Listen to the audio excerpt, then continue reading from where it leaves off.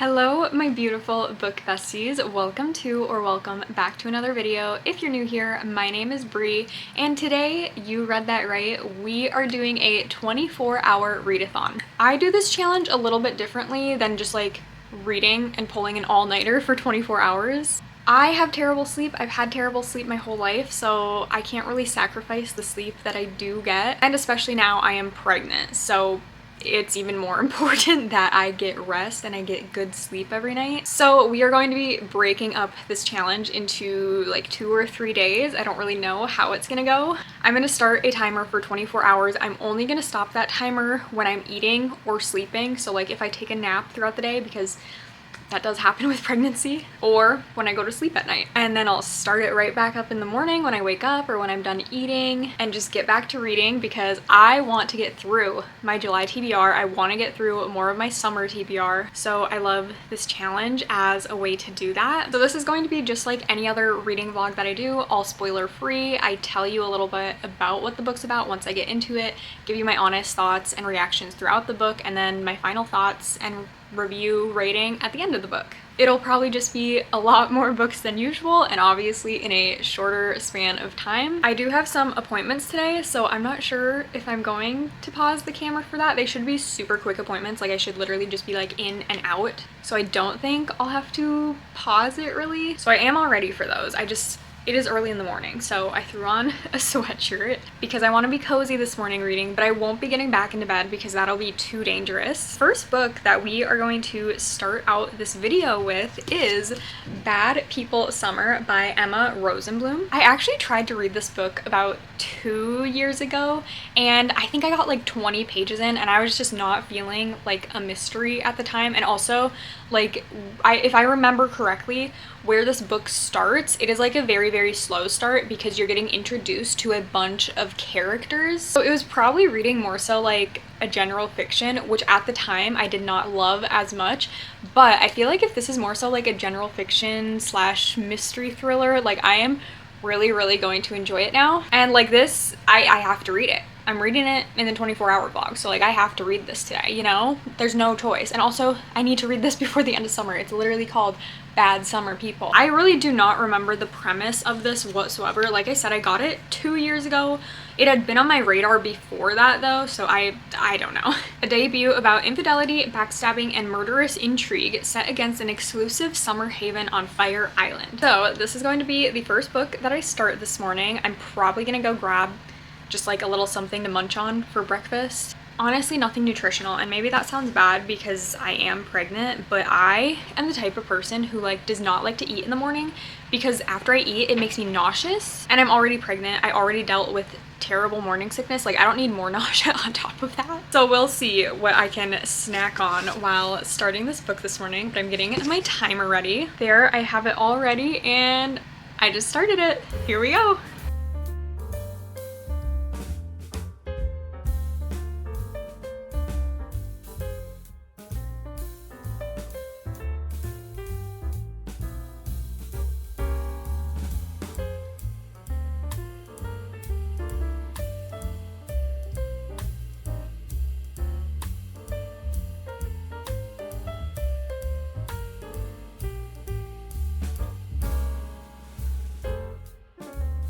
Right off the bat, like during the prologue, this is very much reminding me of Where the Crawdads Sing and like how that starts, because if you don't know, Where the Crawdads Sing is kind of like a historical fiction mystery. I don't think this is historical fiction. I think it's kind of like supposed to be present day. Just the way that like the body is found, and it is very much reminding me of Where the Crawdads Sing. And I don't remember like making that connection when I tried to read this 2 years ago. I don't know.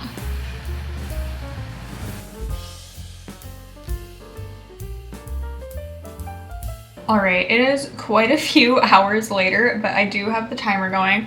I made lunch, I ate lunch, then I went and picked up my cat, and then I was so tired, like I needed to lay down. So I laid down, I had a little nap.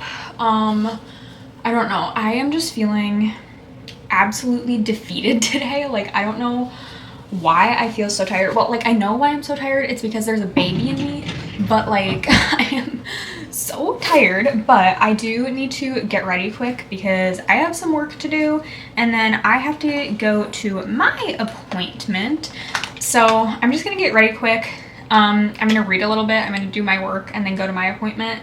So I thought as I'm getting ready, we could talk about my thoughts so far in Bad People Summer, because I am a little bit over halfway. I didn't realize the book is only about 250 pages. I want to say I have right around 100 pages left, so I will definitely be finishing it today. You know, it is very much what the title says. It very much is a summer following bad people, because all of the people in this book, like, we get multiple POVs, and all of their POVs, they're just like terrible people. But it is like very, very stereotypical, like drama-filled, like rich people summer, you know? It kind of gives White Lotus in that way. So there's kind of like 5 mainish characters. So there's 2 couples and then kind of like a 5th wheel, I'll call her. So the first couple is Lauren and Jason. And then the second couple is Sam and Jen. I'm trying to keep all their names straight. And then the 5th wheel is Rachel. So they are all vacationing on this island for the summer. And right away in the beginning of the book, Rachel catches Jason and Jen having an affair. And then like Sam also has terrible stuff revolving him. And then Lauren is also doing terrible things. Like, everyone truly is just a terrible person. I feel like it was taking me a hot minute to get into this book because there is just so much going on, and also it's taking me way longer to read, I feel like, than a typical book would, because it's just like really, really hard to get to know each of the characters and keep them all straight and just like remember what everyone's doing. I don't know. I feel like I don't want to be too nitpicky because I know it is like the author's debut novel, so like obviously it's not gonna be perfect. Even if it wasn't a debut novel, like, no book is going to be perfect other than like a 6-star read. And even those, like, reading is subjective, you know? Like, it's not gonna be perfect, everyone. The overall writing style I do find a bit hard to follow, and also, I don't know if it's just like the names. Like, honestly, I feel like the names are just like all so similar sounding. Like, they're just all generic names. You know, it's not really easy to differentiate from character to character because their names are so similar. So I'm like, maybe if the author would have chose names that are like very different, it would be easier to follow along. And I guess I shouldn't say that it's like hard to follow along. I feel like the beginning of the book is just very, very boring and very, very hard to follow because it's all these characters that are just kind of thrown at you, and then you're like, okay, now I have to remember all of these characters and like who's married to who's like cheating on who with who, you know. Obviously I'm gonna finish it because like I am intrigued enough by now. I'm very curious to see like who ends up getting murdered and for what, because like at this point any of them could be murdered because, like I said, they're all terrible people. Like, they all kind of deserve it. Not that anyone deserves to be murdered, but like I can see the motive, you know? I'm like invested enough at this point since I only have about 100 pages left. Like, I want to see what all is gonna go down this summer. I think we're already at the end of July in the book, so obviously only like 1 more month of summer. And yeah, we'll see who gets killed, who kills them, what all transpires from there. And it's not that I'm not enjoying the book. Like, I don't want it to sound like I don't like the book and I think it's a bad book. I do just think it's a little bit confusing and hard to follow. So for that reason, it's hard to get into and hard for me to be interested and entertained. But now that I can kind of remember everyone, it's definitely getting easier to follow along, and obviously I am enjoying my time with it more. I just need to finish up my mascara here and then probably gonna read a little bit more. So I'll probably see you, I'm not gonna say soon because I don't know how much longer it'll take me to finish the book, probably a few hours, and like I said, I do have an appointment to go to. The next time you see me, it should be me giving you my final review on Bad People Summer.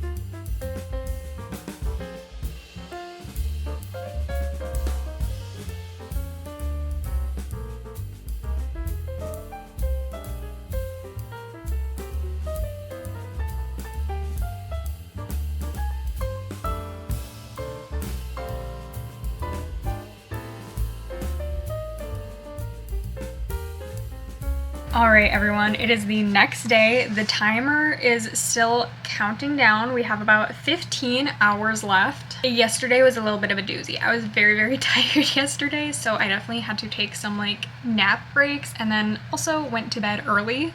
But I did end up finishing Bad Summer People last night, and then I read Hour Readathon last night for about an hour as well. But let's talk about Bad Summer People first. Honestly, this book lost me. At a certain point, I just did not care anymore. It very much just stopped feeling like a mystery. I guess it never really felt like a mystery other than in the prologue where kids find a dead body. So I would have loved to see more of a mystery aspect, but really it was just following these terrible, dramatic, rich people.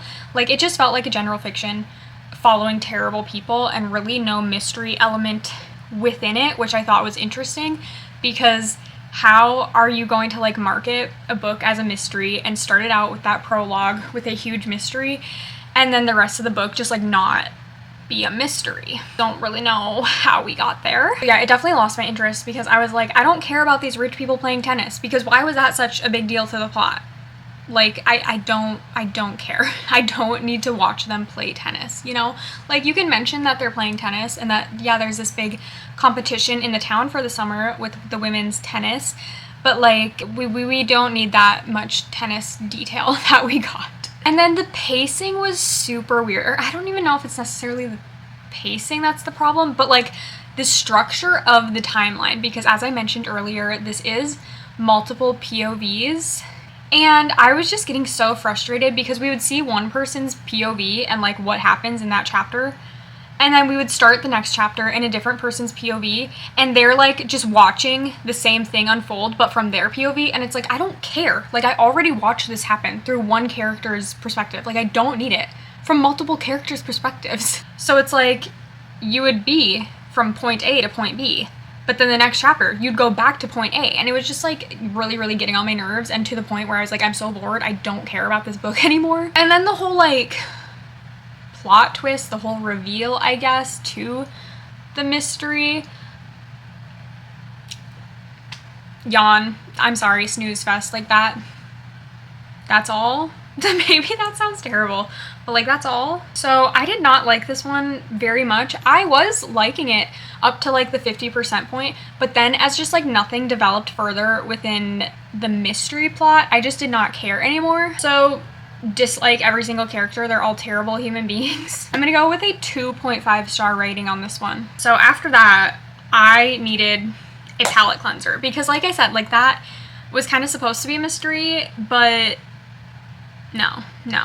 So that's why I decided to pick up Hour Readathon by Lauren Asher, because this is a spicy romance, and it's also on Kindle Unlimited, so that's how I've been reading it. I want to say I'm 25% of the way through the book. It is a dual POV following Julian and Dahlia. They have basically grown up their entire lives together. Their moms were best friends, their moms were pregnant together, they had Julian and Dahlia. They always imagined their kids getting married. And although in the past there might have been a hint of romance between Julian and Dahlia, all of that went away after Julian's father passed away. After Julian's father passed away, Dahlia moved out of the small town they're from, and she went off to California to start her dream design business. Julian stayed in the small town, but he has become a billionaire because of his business, building houses. Now, years later, Dahlia, she is going through a breakup. She is also going through some other very, very personal things that she just found out about herself. She's back in town. Her and Julian run into each other, and they did not end their relationship, friendship, whatever you want to call it, on the right foot, because Julian was not in a good headspace. His dad had just died. He didn't know how to handle things. So Dahlia and Julian kind of hate each other now, but they have run into each other, and now they are going to be working together because they both wanted to buy the same house to renovate. Well, Julian wanted to tear it down and build a bunch of cookie cutter new builds. Dahlia wants to restore and renovate the house, and Julian's mom really, really wants him and Dahlia to get along. So Julian agrees that they can buy this house together and like work on it together. And that's basically where I am in the book. This is going super, super quick. I think according to my Kindle, I have like 4 hours left of the book. So we should definitely be finishing that today and then starting another book today. I'm really interested to see if we're gonna get a lot more of like the building and design process, because I'm just like, I'm a real estate nerd. I don't know. I love houses, especially like old houses and restoring them. I do not really like modern builds and like all these new builds that go up that look exactly the same as everyone else's house. So I'm kind of excited to see if we're gonna get to see like that process. Obviously I'm excited for the romance too, but like what intrigued me so much about this was like renovating a house. I should probably quit yapping because the timer is still running down. We're down to 14 hours 55 minutes, and I'm just going to chug away at this book throughout the day.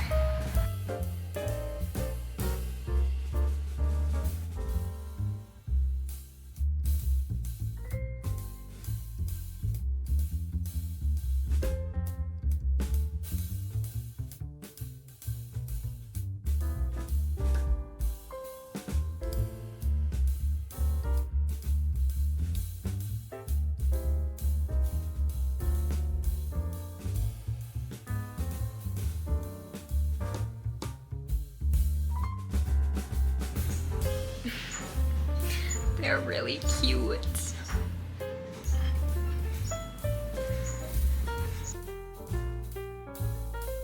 Alright, so it is actually the next day and I haven't done any reading today at all. There was a bit of an emergency in my family. Everything's fine now, but I had to go help out with the situation today. So it is almost 7 o'clock at night and I'm like just getting home and settling down for the night. So according to my timer, when I stopped it last night, when I was going to bed, I have about 9.5 hours left. So I did end up finishing Love Redesigned yesterday, so I read it in the day. And this was a really cute romance. I mean, I won't say it's like a romance that's really gonna stick with me or anything, but like it was good for the time being. I do really like Julian and Dahlia's relationship because they have known each other literally their whole entire lives, so like they have so much history, and even though they have like a bit of a shaky history too, like once they're able to have a more in-depth, meaningful conversation about their past and what happened and like breaking down those barriers, I really, really liked how their relationship progressed and developed from there. I also really like the representation with Dahlia's character because she has anxiety and depression, and she's had anxiety like her whole life, and then the depression is more so recent, I guess. But I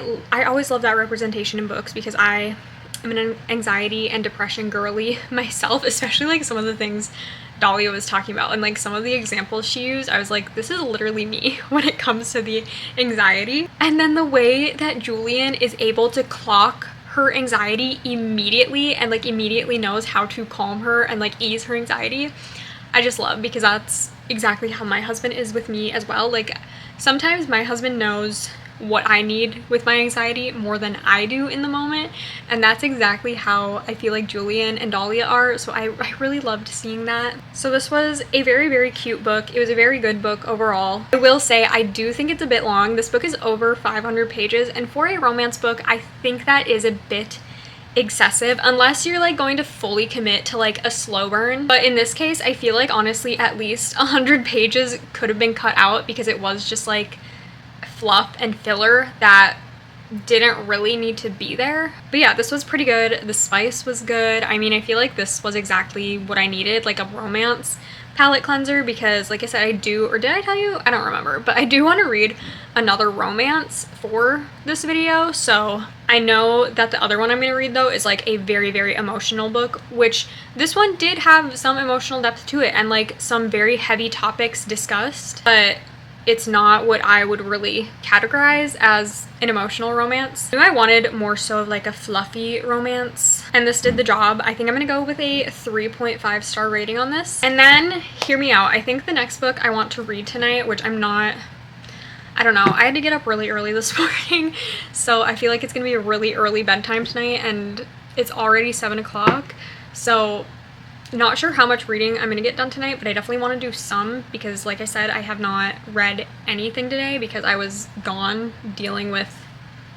my family stuff going on. But the next book I think I want to start is Break Room, which this is a tiny little novella. It's like a thriller novella, which I think sounds super fun. Yeah, this is under 150 pages, I'm pretty sure. It says 8 unsuspecting people receive an invitation to participate in a new reality show called Break Room, but what starts as an opportunity for fame is quickly revealed to be something far more unsettling when they learn how they were chosen, voted in by their respective co-workers as the office villain. Among them is an imposter, a mole planted by the show's producers. The only way to win the prize money is to uncover the saboteur before time runs out. As alliances shift and paranoia festers, the contestants begin to realize that the true challenge isn't surviving the show, it's facing their own selves. I don't know, I'm just like super intrigued by this. I think it sounds like a really fun time, but like obviously fun in a little bit more thrilling way. I think it's supposed to be a psychological thriller, so that's really cool. And I want to say this was translated from Korean, so I thought this would be a really fun, again, kind of like a palette cleanser. Very different than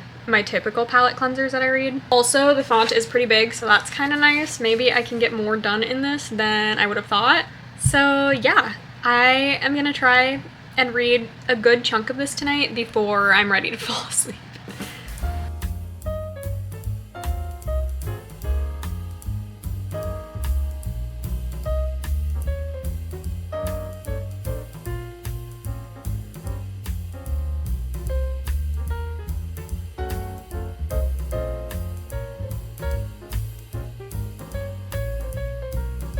I am about halfway through Break Room.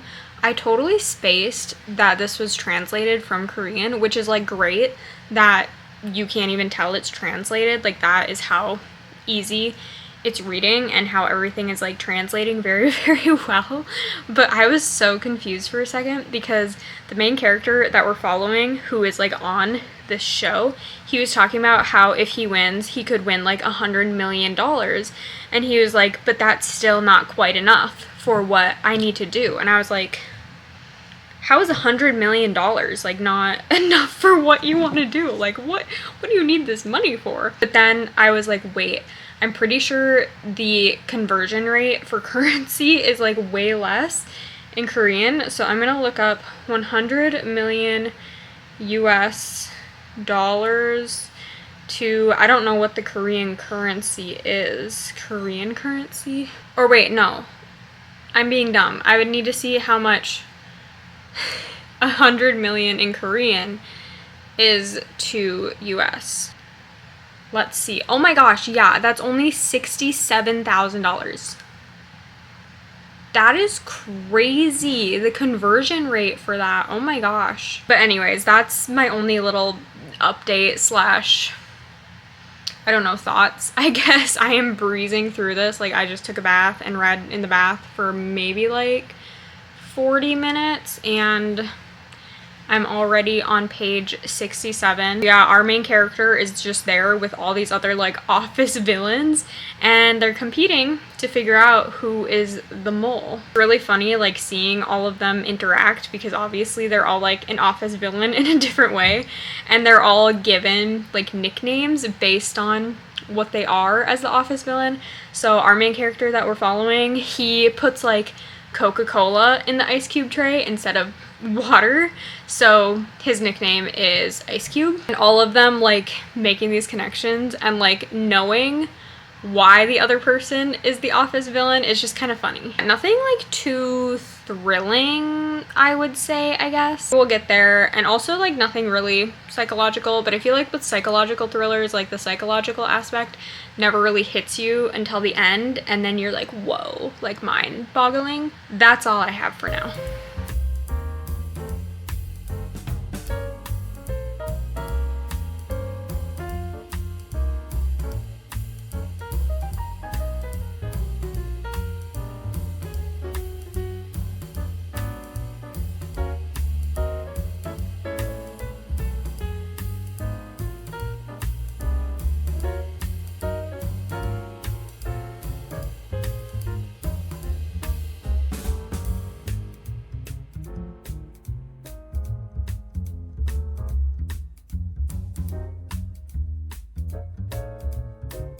Alright, I definitely had a bit of a later start to my morning. It is almost 10 a.m. and I just started the timer when I, woke up and got out of bed this morning. But I did manage to finish Break Room very quickly this morning. This was definitely an interesting read, and I feel like just what I needed right now as kind of another like palate cleanser, like between two romance books. And this was just very, very interesting because it is such a short book and it is in like more of a fun setting, I guess, because it's like this game show. But there is like this mystery going on because the characters are trying to figure out like who is the mole here? Like, who isn't who they're saying they are. So like that part of the mystery is thought-provoking because you're also trying to figure out who the mole is as our main character is and like what he's doing to figure it out. It's all just like very fun and interesting to read about, but it's also such a thought-provoking book because like the message in this book is basically that people are going to perceive you much differently than you perceive yourself. Our main character, for example, just very, very vaguely without giving any spoilers, people think of him as very like weird and creepy in a way, but he thinks of himself as thoughtful, and what he's doing that other people think is weird, he thinks is just like a small act of kindness. So it really goes to show that,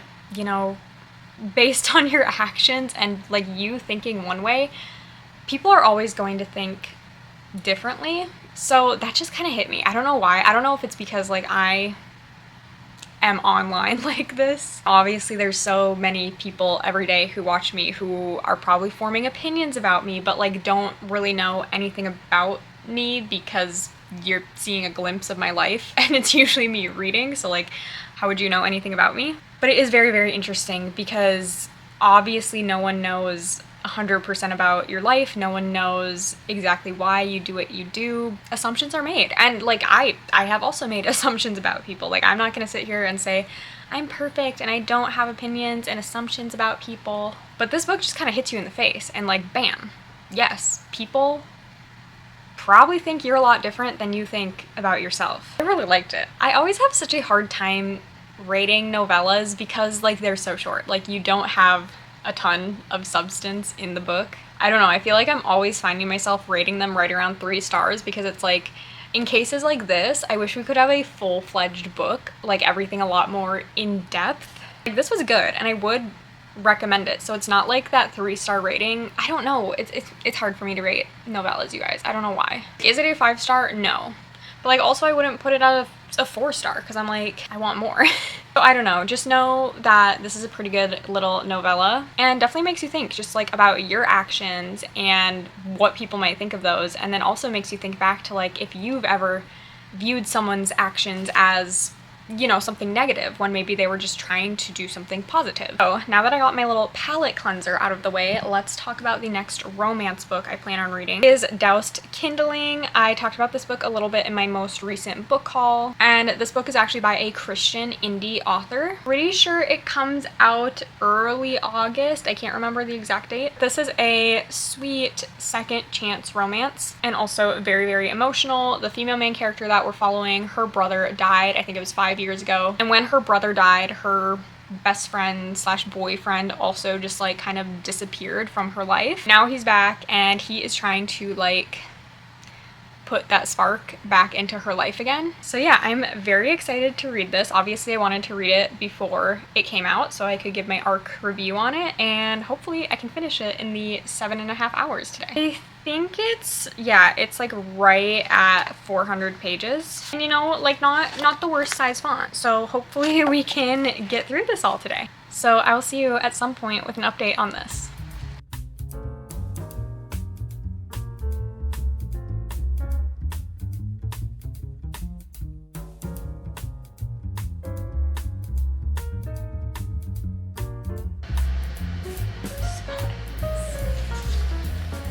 These characters are so frustrating, but it's like so entertaining.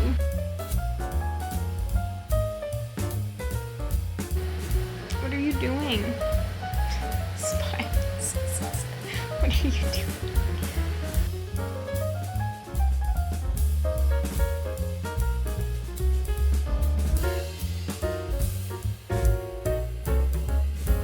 right, timer is still ticking down. I have about 2 hours and 40 minutes left, and I have about 200 pages left of Doused Kindling. I am really enjoying my time with this so far. I feel like it's a very bingeable read because it really doesn't take that long to read. Like, the writing is simple enough that you can fly through it, and on top of that, it is kind of just like a very messy situation, so like a lot of drama and, like I just said, a lot of frustration, but like in a like, oh my gosh, these characters are being so frustrated, like just kiss and make up already, like kind of like that. But like it's very, very entertaining to read because of their banter and going back and forth, but I'm also like, you guys, get over yourselves. And on top of it being just like dramatic and entertaining, there is also a very, very emotional aspect of the book. So this is a dual POV book. We have Hallie and Wes. So Hallie, 5 years ago, it was her brother that passed away from cancer, and then Wes was like her best friend and her brother's best friend, and also like Hallie's first love. Well, when Hallie's brother died,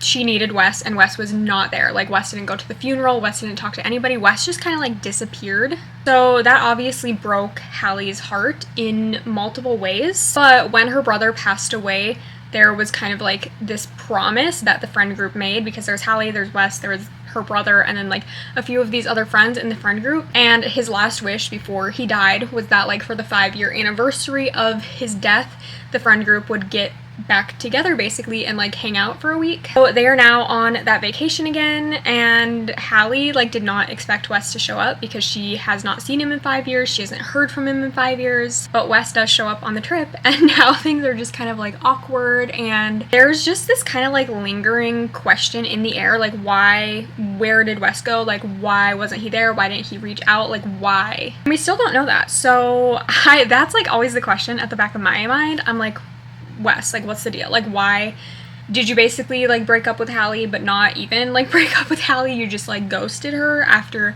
years of being friends with her and then being with her. You didn't go to your best friend's funeral. Like what can the reason possibly be? So Hallie and Wes are definitely like not getting along. Like, Wes wants Hallie back. Like, he wants her so bad. He wants to see her happy again because she has just been a shell of herself since her brother passed away.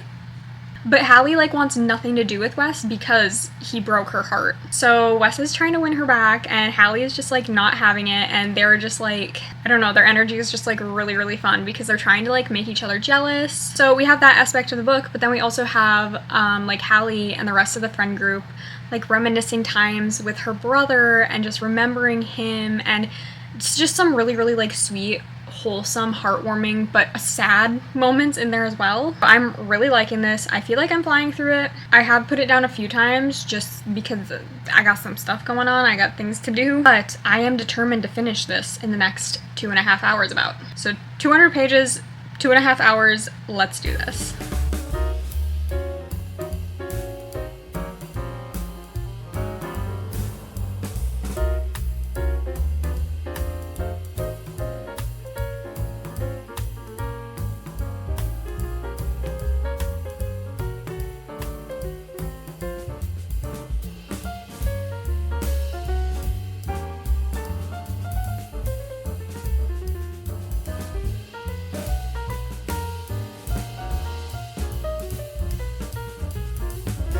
Alright guys, I just finished Doused Kindling with about 20 minutes to spare. This was a great book. I feel like easily my favorite book that we read for today's 24-hour readathon challenge. I am honestly so impressed by this author because, as I mentioned when I started the book, she is an indie author and this is her first book, and it is just so well written. It honestly feels like better writing than some traditionally published books I've read. I mean, obviously since it's an arc, there are, you know, maybe like typos or punctuation errors like a few times throughout the book. But other than that, this was such an enjoyable writing style. I really, really love the writing style. So I literally have like no complaints about the writing. I really can't say I have much complaints about anything within the book. It is a super sweet story. Like I said, definitely has its sad moments, but there is just that message to live life to the fullest, love who you love, like don't, I don't know, like hold yourself back from doing what you want to do, because life is so short, you never know what's gonna happen. I really liked the romance. It was a lot more like slow burn than I would have expected, but I really didn't mind it. Like how in Love Redesigned, I was talking about how that was just like too long of a romance book, and I feel like this one was just the right length for like it being second chance and kind of being slow burn, I guess. My husband's home. Hi. Hi. Sorry, I showed off my book. So I really did like the romance in it. I liked all the friendships in it. There was definitely like a bit of a twist at the end. I will say, I guess I did think of like one complaint about the book, and I was talking about how there's kind of this mystery around Wes and like why he left, why he kind of like hasn't contacted anyone in 5 years. And I was really expecting like something huge, monumental, and the reveal was a little bit of a letdown. I don't know, it just like was not that crazy. And I feel like for this guy and the story and everything, like it should have been something bigger in my opinion, but it still like wasn't bad. So I'm gonna go with a 4-star rating on this. I really enjoyed it. Like this is probably one of my favorite indie books I have read in a while. I looked it up, I'm pretty sure it comes out August 4th. And this is definitely one I would recommend. So with that being said, there is only about 15 minutes left of this readathon. I don't even know if I could pick out my next read in 15 minutes. So I am just going to cut this challenge 15 minutes short, I guess, but we did read 4 books. I hope you guys enjoyed it. If you did, make sure to give this video a thumbs up, subscribe to my channel down below to see more of my content, and I will hopefully see you back with another video very soon. Bye.